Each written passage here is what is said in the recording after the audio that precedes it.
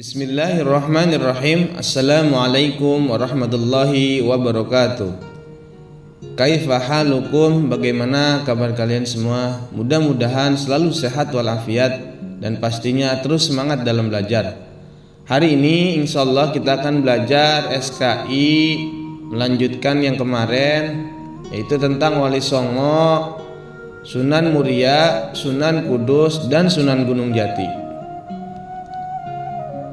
Sunan Muria adalah putra Sunan Kalijaga dengan Dewi Saroh. Nama aslinya Raden Umar Said. Nama Muria diambil dari tempat terakhirnya di lereng Gunung Muria yang terletak di sebelah kota Kudus. Gaya dakwahnya banyak mengambil cara ayahnya, Sunan Kalijaga. Namun berbeda dengan sang ayah, Sunan Muria lebih suka tinggal di daerah terpencil dan jauh dari pusat kota untuk menyebarkan agama Islam. Beliau juga berdakwah dari Jepara, Tayu, Juwana, hingga sekitar Kudus dan Pati. Sunan Muria seringkali dijadikan pula sebagai penengah ketika ada perselisihan di Kesultanan Demak. Beliau dikenal sebagai pribadi yang mampu memecahkan berbagai masalah meskipun itu rumit.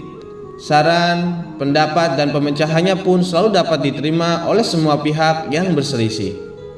Beliaulah satu-satunya wali yang tetap mempertahankan gamelan dan wayang sebagai alat dakwah untuk menyampaikan Islam.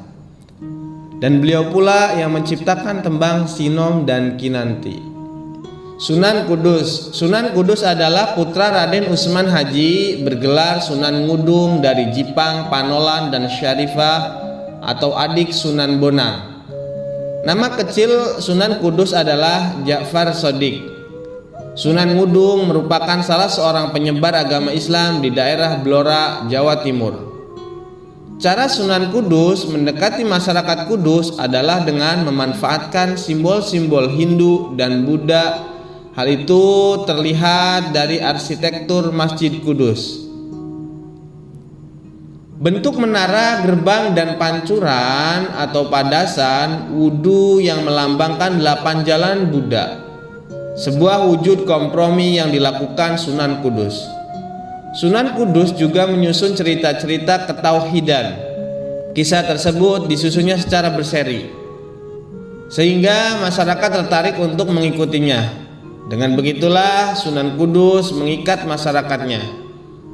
Pada tahun 1550 Masehi, Sunan Kudus wafat saat menjadi imam sholat subuh di Masjid Menara Kudus. Kemudian dimakamkan di lingkungan Masjid Menara Kudus. Sunan Gunung Jati. Sunan Gunung Jati atau Syarif Hidayatullah adalah putra Syarif Abdullah Maulana Huda. Ia berjasa mengembangkan Cirebon sebagai pusat dakwah dan pemerintahannya yang kemudian menjadi Kesultanan Cirebon.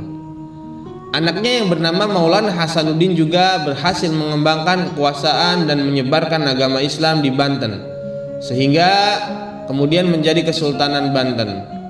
Sunan Gunung Jati belajar dan mendalami ilmu agama sejak berusia 14 tahun dari para ulama Mesir. Beliau sangat cerdas dan memahami ilmu agama sejak usia remaja. Beliau sempat berkelana ke berbagai negara, menyusul berdirinya Kesultanan Bintaro Demak, dan atas restu kalangan ulama lain beliau mendirikan Kesultanan Cirebon, yang juga dikenal sebagai Kesultanan Pakungwati. Sunan Gunung Jati memberikan keteladanan yang baik dalam bekerja. Dalam dakwahnya, Sunan Gunung Jati lebih banyak membantu rakyat dengan cara membangun sarana yang sangat diperlukan masyarakat, seperti jalan-jalan yang menghubungkan antara wilayah, saluran irigasi, dan sebagainya. Masjid Agung Cipta Rasa dibangun pada tahun 1480 atas prakasa Nyi Ratu Pakungwati atau istri Sunan Gunung Jati. Pembangunan masjid itu melibatkan banyak pihak, diantaranya Wali Songo dan sejumlah tenaga ahli yang dikirim oleh Raden Fatah. Dalam pembangunan itu, Sunan Kalijaga mendapat penghormatan untuk mendirikan Soko Guru, dan ia membuatnya dalam soko tatal atau tiang yang disusun dari serpihan kayu sebagai lambang persatuan umat. Pada tahun 1511, Malaka dikuasai oleh bangsa Portugis. Ketika Portugis hendak menjajah Pulau Jawa, mereka terlebih dahulu menguasai Sunda Kelapa atau Jakarta.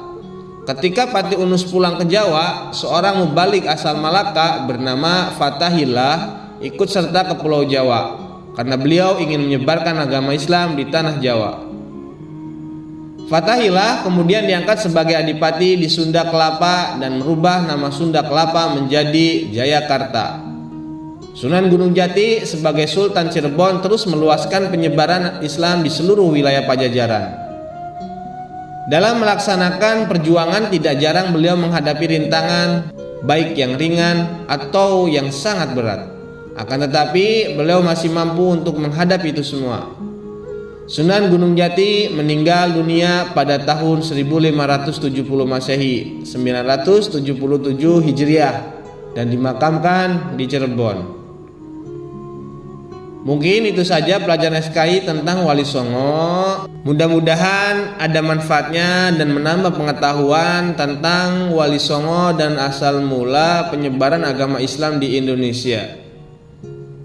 Oke, tugasnya pilihan ganda 1 sampai 10 halaman 75 sampai 76. Wal afu minkum. Wassalamualaikum warahmatullahi wabarakatuh.